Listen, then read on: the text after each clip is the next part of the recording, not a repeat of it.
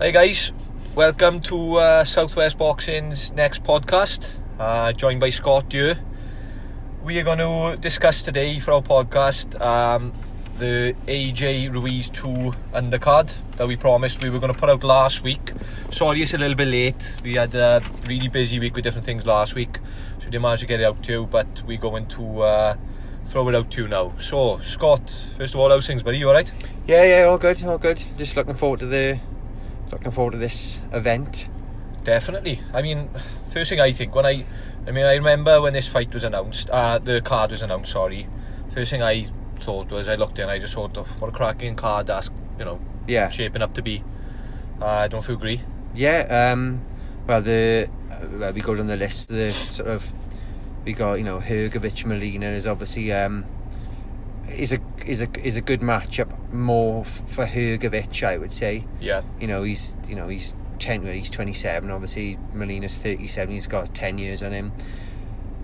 Well, he had 9-0, isn't he? Is Molina one of these fighters you think this? Alright, we talk of him as being experienced. I mean, like you say, he's 37 years old. He is experienced, but experienced with losses. I mean, look at some of the losses he's got. When you look at his record, he's notable. He's noted for his losses to AJ and Wilder and Dominic Breazeale, rather than anything else. Really, when you look at him, he hasn't really beaten anybody apart from the odd sort of journeyman they sort of know. Is a very good matchup for Hrgović. Have you seen much of Hrgović? What do you think of it? I know Eddie Hearn thinks a lot of him. Yeah, I mean, he's that typical, prospect. European heavyweight, isn't he? Heavy Croatian, isn't he? I think he is. Croatian, he is. Yeah. He's a big guy, isn't he? Yeah, big guy. Yeah. Couple of, obviously Kevin Johnson. He's a very durable fighter, isn't he? Yeah. He obviously beat Tom Little, a British fellow the Brit. So for 9-0, he is where he should be. Is about right, isn't he? Eric Molina on this record. Then if he beats him, sort of going in the right direction. Yeah. I don't think Molina is a massive step up from what he's had. No. But is a sort of step up, I would say. Yeah, I agree. Yeah, because we talked, like you said, about Kingpin Johnson there and Tom Little. So yeah, it is. I suppose. Yeah, I see what you're saying. It is a bit of a step up, but not a. It's going in the right direction. It's for the WBC international title, isn't it? Yeah. I don't know what that means, but no. If you can help us out, guys, we'd appreciate that. Definitely. I assume it gives him obviously ranking points with the WBC. Does he? Yeah, I think that's what it does come down to. It's sort of picking up ranking points for himself and trying to push him on with there, but. Yeah, so if you had to make a quick prediction on how we're going to go with the Hrgović win? I think so. I don't know. We said about this earlier, but Molina was banned, wasn't he? I think. Yes, yeah, he was banned in Britain, but he wasn't banned in America. Was it around? Or was it the opposite? I think. We're talking about how many years ago was it? It was going back a couple of years ago, yeah. I'm not really sure, but I know he was banned for something. But then again, I remember Eddie Hearn saying he was banned. I think sure he was banned in America, but he wasn't banned in the UK, or the opposite. It was something weird. I think it was something serious, but I know it was. Yeah, he was banned. Yeah, but obviously he's not now because he's obviously fighting in America. I just think he'll just be a what is Molina? What's he going to give to the heavyweight division? Yeah. I think this is just he's obviously going to pick up a decent whack for it. Yep. Hrgović will most probably move. I mean, obviously, he can beat Hrgović, but I can't see it personally. I think Molina has just become one of those fighters in the heavyweight division now. He's just there now. His knees there, and his name is big enough. As you're going up, if you're sort of coming through and seen as a prospect, eventually you'll come to sort of a Molina where you'll fight him. It's not 37 years old. And then that fight, how that fight, if you beat Molina well, then you're like, all right, well he's ready then for the next sort of peripheral world level sort of fighters, isn't he? Yeah, so a bit of a gatekeeper, is he, I suppose? Would you say so? Yeah, I'd say, like a mediocre gatekeeper for the next sort of level. He's not elite, is he? He's not world. No, definitely not, no. But I think if you can beat Molina, then you're ready for the next level then, if you know what I mean. We thinking a Hrgović win there, so Hrgović will go 10-0. Yeah. Yeah, I don't really know what he does next then, I think. No, I know. I mean, like I said, he is... Eddie Hearn does definitely think a lot of him, doesn't he? From what I've seen in interviews and things, and he's talked about as being I know he's 27 years old. I suppose if Dave Allen next, if he's well enough, that's... Yeah, it'd be a nice fight, wouldn't it? Yeah, like it's sort of that sort of level, I would say. Or David Price, even.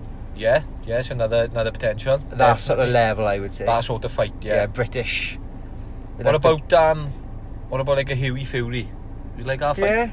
Yeah, I think that could work. Like that type of fight as well? That's about right. I'd like to see that, Hrgovic, Huey Fury. Yeah. That sort of fight. I think that'd be good. Yeah. So yeah, definitely great. So moving on then. Another cracking fight I think on the card is Scott Quigg and John O'Carroll. Yeah. What do we think of that? WBA Intercontinental title. Yeah, I think it's a very, very close fight. I think it's a pick-em fight. I think it's whatever. I mean, I most probably go for Carroll because I just think he's the one with a bit of momentum. I know he's obviously lost to Tevin Farmer, but you're talking, you know... He fought well in that though, didn't he? Yeah. He did fight well in that fight. Obviously points. He lost, clearly lost, but... Yeah. I just think he's got more to offer. I think, he's the younger. He's 4 years 4 years younger than him. What's he got? One draw, one loss, is it? Yeah. 17 wins. Yeah, that. I remember the friend where he lost. I remember watching that. I'm sure it was on a matchroom card. Yeah. It was very, very close. Well, very close. Obviously, it was a draw, but yeah, I think Carroll. I don't think either are going to knock each other out. I don't think. I mean, what I would say with Scott Quigg, I got to agree with you. I'd go for a Carroll win on points. But what I look at with Scott Quigg, I mean, he's 31, he's 35 wins and 2 losses. But what's notable is, I think, is who he has cheddering with. Yeah. I mean, he's been in with some good fighters, and you've got Frampton, obviously Oscar Valdez, and he's got a win as well against Kiko Martinez. Yeah. So he's been in there with some good fighters. I think the thing with Quigg is if you can keep him off because he comes forward as he just keeps. Yeah. I mean, Frampton and Valdez, you're talking, elite level fighters there. I mean, the Frampton fight was a bit of a stinker, wasn't it? If you remember. Oh yeah, it was. Yeah. I think if Carroll has got the boxing ability that we think he has, if he can get that jab out there and hold him off, and think he beats him easy. Is Quigg still out training in America? He was, wasn't he? Is it a wild card gym he was in for a bit? I think he did so. Go Yeah. out, didn't he? I'm not really sure. I remember he went. I think it was not long after the Frampton fight. The Frampton fight, I think it was. I think it was after Frampton fight. He was looking for a new direction sort of thing, and he ended up going to stateside. So I don't know whether he is still out there, but I know that because we don't tend to hear a lot really much of him. He's had a few injuries as well, hasn't he? Yeah, a couple of injuries. I just think it's a definite pick and fight. I think either I wouldn't be surprised if somebody throw a Quigg on a point or somebody say Carroll on a point. Yeah. Knockout would surprise me. I can't really. Yeah, I don't see a knockout. In either fight, don't get knocked out, do they? No. I think if we were, if it was pushed for a prediction, I think I'd go. It could be a draw. Yeah. That's Hopefully not, because I mean, they wouldn't. Would you want? Well, it's all kind of how good the fight was. If it obviously was a brilliant fight, you'd want to see it again. But what would you like to see if we're looking at John O'Carroll? What would you? I mean, obviously he just come off. He fought Tevin Farmer. So say he goes and wins this, wins the WBA Intercontinental title here against Quigg. What would you like to see next for John O'Carroll then? Is there anything you would like to see? He was quite adamant that he beat that friend war. So I mean, it would sort of make. And I know that friend was. I think friend was is supposed to be fighting Farmer next. I'm sure he's in line. He's been lined up for that. I fight, think so. Yeah. So really, if he doesn't fight if Frenwa doesn't fight Farmer, to go back and to beat Frenwa, after the draw, I think maybe would be best for him. And then it's an obvious fight to make, especially with a bit of interest there. If it was a debatable draw from Carroll's point of view. Yeah, I mean, Quigg 31, 37 fights, only 2 losses. He's got to be looking at world titles, really, isn't he? He can't be hanging around for much longer. No, definitely. Does he fight Valdez again? Maybe does he fight Farmer? Yeah, I mean, is it? How much more do we see? I think that's a question here. How much more if Scott Quigg loses this? How much more do we see in Scott Quigg? I don't think we see a lot more. Do we? I think he's got a core a day. But I think he knows that himself. Doesn't he? So it is a bit of make or break really for Scott Quigg. The last sort of chance maybe. I think for Carroll, if he loses, it's just another blotch on his record. I think he's got to go back to the drawing board again. Yeah. And work his way back up. So which he can do, can't he? Yeah, I think he. 27. He's still got a. And to be honest, Quigg most probably could. He'd only have 38 fights and 3 losses is pretty decent. But by the time he'd fight again, and he's going to be knocking out the 32, isn't he? Where does he Yeah. go? So yeah, I think that's it's an Good fight though, nice intriguing fight. fight. Yeah, like definitely. yeah. So it's good 2 fights first of all on the undercard. Right, so carrying on now. The next for one me- is the most intriguing fight. This is a pick for me, the pick of the card. Yeah. I'm really interested in this one. So we got Povetkin, Hunter, Key. What do you think of that one? Right, well, I think obviously, I mean, we're looking at all the experience lies with Povetkin, doesn't it? I Yeah. mean, he's been in the list that we've got here. I mean, we've just been looking at ourselves. I mean, we knew some off the top of our head anyway, but we've just looked into it ourselves as well. Povetkin at the age of 40. I mean, he's got wins against Louis Fury, David Price, Hammer, Carlos Takam, Shah, Marco Huck. You know, he's shared the ring with. And beaten as well. You know, I've beaten some. I mean, I don't know how old. I know he fought Hassim Rahman. I don't know. That was quite a while ago. I don't know. Yeah, how I old think he that was quite a while ago. Sort of the back end of. And Marius Wack as well. But then, I mean, he's had 2 losses then against obviously Anthony Joshua, as we know, and Klitschko. Obviously, Joshua stopped him, didn't he? And Klitschko beat him on points, unanimous decision. But so I think the experience is all with Povetkin. I think there's no doubt about it, this is sort of Michael Hunter's toughest test. Yeah, definitely. You know, I mean, I know Michael Hunter had a big fight, the cruiserweight with Usyk, that he did lose. But I mean, at heavyweight, this is definitely a big step up for Hunter, I mean, isn't it? when you look at like Usman, Usmanov, Bakoli, who he's beat, you know, Povetkin is. But I think it's a good matchup. I think. I do. Yeah, you know, I do. He's 31. He can't be hanging around himself. You know, if he beats Povetkin, he's proper in the mix of the heavyweights, then, isn't he? Yeah. He's got to definitely be knocking on top 8, top 7, top 8. Then. Yeah. You know, you've got you know, Fury, Wilder, AJ Ruiz. You know, up there. He's got to be, you know, around and about sort of top 5, top 6, top 7. Then. And he seems very confident of himself. That's where he belongs as well. Yeah. I mean, I've noticed from when he's been speaking, and he's been calling out different fighters, you know, on social media. Yeah, but he wanted the AJ fight when obviously the Big Baby Miller got busted for peds, and he threw his. He's promoted by what's his name, isn't he? The American guy, Don King. Don King. I'm sure he's promoted by Don King. Really? Because I remember Eddie Hearn at the time said, Yeah. "Oh, Don King keeps ringing me about Michael Hunter all the time." I'm pretty sure I could be wrong, but I'm pretty sure Don King, who I know is very well at the moment actually, promotes Hunter. But it looks like a brilliant. That's the main support as well, isn't it? I think. Yeah, and I think, like I said, bar obviously the main event, which we were all looking forward to, because that's an interesting one. I think this is sort of the pick for me, and I don't feel the pick of the bunch on the card. Very good card, I got to say. I think it's a cracking card, you know, and definitely looking forward to it. I mean, what would your prediction be with Povetkin? And it's quite a tricky. It's a tough one to call, right? Because anything, I think I wouldn't be surprised with either each other knocking each other out or winning on points. I'm going to say I fancy a Michael Hunter win on points. I do. That's what I'm going to go with. I don't know if what you think. I'm just trying to think when you look at both fighters, Povetkin wins, he's just staying where he is, really, isn't he? Yeah. You know, where does he go? He's not going to challenge for the WBA because he's not going to challenge the ABF because Pulev is. He's not going to challenge the WBO because Usyk is. He's one of those names. I'm sure he's WBA. He's highly ranked. Yeah, he is. Isn't that how he got the fight with Joshua? Because he was WBA mandatory. That's right. So surely then he's going to be the next in line. He's going to be WBA mandatory then. Yeah, he would be. Yeah. So and do you know what? If Michael Hunter beats Povetkin, like anyone that beats Povetkin, if his name is on your resume and you've got to win over him, you've got a W against him, it's a big name to have on there, isn't it? It is, you know. I think if Hunter beats Povetkin, he moves up, and I think if Povetkin loses, he fights Louis Fury again. Yeah, it's a good shout. I think. So what would you like to see if we go for? You think Hunter wins, don't you? Do you? I'm fascinated. I seen on social media someone saying that they would like to see in the heavyweight division and Usyk rematch. Would you see that happening at all? That would be a really good fight, actually. Because obviously it was that cruiser they fought, and Usyk won it. But then there's obviously mumblings at the moment now about Usyk Chisora, isn't it? What's been happening? So Would you go with that as maybe a next fight for Hunter then? If say Hunter beats Povetkin, and then the winner of Usyk fights next. Usyk, would you think that'd be good matchmaking? Yeah, definitely.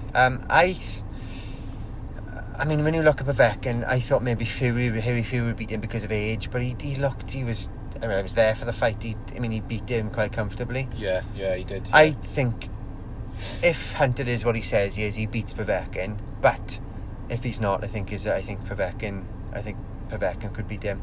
I'm gonna go for Povetkin. I'm gonna go for Povetkin. Povetkin? I think so. Points, or do you think he's gonna stop him? He can punch, can't he? Yeah, definitely punch. I think maybe points. Points, yeah. Points Povetkin maybe. I'd like. I mean, I know one for obviously people who got done for drugs. I think he's got to be cut out of the sport. So definitely. I'd like Hunter to beat him, but I just think Povetkin, with like we said, with the obviously the experience, and he didn't look 40. I got to say against Fury. No. And he was obviously tested. It was a matchroom card. This is a matchroom card. He's going to be VAR tested. I think this is a fight where we see what Hunter is really. I think we see what both fighters are. Yeah, is Hunter, deserved to be there? Is Povetkin still a name? I think the victor is, moves on, and rightly so, to the next big thing. Definitely, but that's definitely a fight we look forward to as well. So cracking card to look forward to. Now, we've sort of been. Now that we've speak to a lot of people in the boxing sort of fraternity, and a lot of notable people haven't come out and said, but when we've had a chat to them, and this would be our third time now of getting a bit of breaking news, and of White being on the card. Yeah, of a 10-rounder, we were told. The person 8 to 10-rounder. Like you said, that we've spoken to is pretty reliable as well. But they've had the David Price stepping in to fight Chisora. We got that ban on. One. We also had the Chavez Jr. and Jacob spot on. Yeah, that's right. And there was another one as well. I can't think what it was now. We've also it was this white. Yeah, it was this one, wasn't it? It was the white fight. This, yeah. So I mean, like we said, it's pretty. The source, as we call it, is pretty reliable, and seems pretty confident that White is going to be. I don't think it's going to be a big name, but I think it'll just be somebody highly ranked within the WBC. I think. Yeah. There's no names just to get back into things, and I think he's had a list of names. Yeah, which I find a bit remarkable considering the B sample is still nowhere to be seen. Yeah. But he's obviously still clear to fight. Yeah, there's been a big question mark over this White situation. I mean, it's been sort of hush-hush. The White fight was the 20th of July. Again, I went to that one. Rivas, White, 20th of July. You're talking July, October, August, September, October. Literally almost 4 months. 4 months, and we're still waiting on this B sample. Yeah, it's been a lot of hush around it, haven't it? Boxing fans have sort of been... waiting to find out. Waiting to find out. Because if this B sample comes back, that is obviously dodgy, then that's going to be... And it must be frustrating for Dillian White as well, because he's sitting around waiting, and you're looking then, they say 8 to 10 year ban, that's a lifetime ban then, isn't it? Because he's 30, isn't he? He's got to be on that. So it's interesting. I mean, if Dillian White is a clean fighter, okay, which I would like to think he is, if Dillian White's a clean fighter, in my opinion, he has earned it. Nothing's been hand given to Dillian White. No. Right? Dillian White has earned it. He's been sort of sitting there and working his way up. And waiting for this WBC shot. And he's still in the meantime, whereas a lot of fighters, right, would have turned around and said, he's been offered fights in the past, risky fights. Yeah. Right? He's had risky fights offered to him that he could have easily turned around, and some fighters would have and said, do you know what, I'm not risking it all for that fight. I'm not doing it. I'm in line for this, I'm waiting for Wilder and all this, right? I'm not risking it for that, because a loss changes everything then, doesn't it? But Dillian White, why I think he's so well respected in the boxing and well respected in boxing is that we love, as boxing fans, seeing fighters who want to fight and will fight anyone. Chisora again. Yeah. Joseph Parker, Oscar Rivas, all for nothing. He's one of those, and for me, Scott, he's one of those, right, when I listen to him, if I listen to him speaking and he says, right, I'll fight anyone, I'll fight this person, I'll fight that person. Sometimes I look at a boxer, right, I won't name any boxers, but sometimes I look at a boxer and I go, do I really believe that? Are they just saying that on camera? Do they mean it? Yeah. But Dillian White he's strikes me as he's genuine, and what he says, he'd fight anyone. So he's earned so much respect in boxing. He really has. But so it'd be great to see him back on, and like I said, let's hope that is the case. Yeah. Right, the final thing just before we go, the price of. this I mean, card. it's only it's an extra £5, and yeah, there's not a lot of money, but then, you know, it was $14.95 last year. I'm sure it was around that. Why is it $24.95 now? Why for you? Is it because it's such a good card? Is it because, I don't know, could we say because where it's taking place? I don't know whether that would come into it. I don't know. Why is this $24.95 now? I really don't know. I mean, Has Eddie but answered? then when you look at, like, you know, reported, you know, Josh is having 80 million or whatever it is for the fight. You know, I mean, how is he getting that amount of money?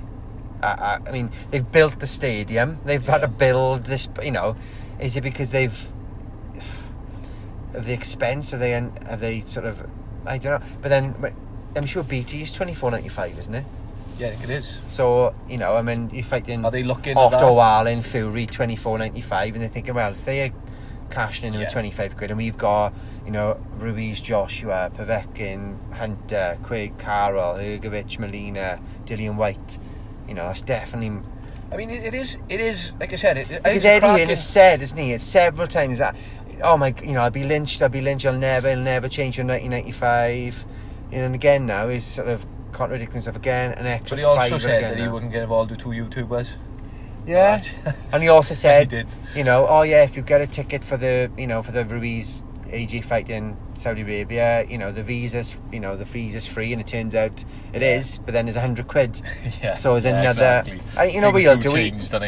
He'll Just, you know, he'll pass the back and say, oh, it's not me, you know, I don't set the prices, it's Sky. Yeah. But then apparently I read on Twitter that Adam Smith has come out and said it's staying at $19.95, but then to book it is $24.95.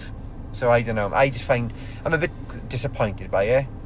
You know, it's just. I think it's a cracking card. It's not one I look at and I'll go, oh, do you know what? $24.95 is a lot of money. Don't get me wrong, but it's not one I look at and go, oh, 100%. I'd never pay that type of money for it. But it's just. I would pay it, and I will pay it. Playing into the hand of the streamers again, isn't it? Why spend all the money, 25 quid again now, if you've got IPTV, or if you're going to go and illegally stream it? You know, I don't know. But then if people are going to pay you, then, you know, I just think they think, well, we know a lot of people are going to buy it because it's such an intriguing main event that why not we earn a bit of money from it. I got a question. Are you going to ask the missus to get if it was a sort of Christmas present? Or? Well, funny enough, the Sky account in mine is linked to my bank account, so right. I don't think that's going to work. It's going to come out of my bank account anyway. That's not going to do it then, is it? No. Right then, great. So yeah, so we hope you enjoyed listening to our podcast. Sorry we didn't get out to you again last week. Yeah, make sure if you listen, if you've got a YouTube account, you subscribe. The most, obviously, subscribers you can, the better. Definitely. Give us a follow, give us a retweet, and give us a like on Facebook, Twitter, YouTube. We're on all of it. And keep your ears to the ground. There'll be more podcasts coming soon. Cheers, guys. Thank you, guys. Speak to you soon.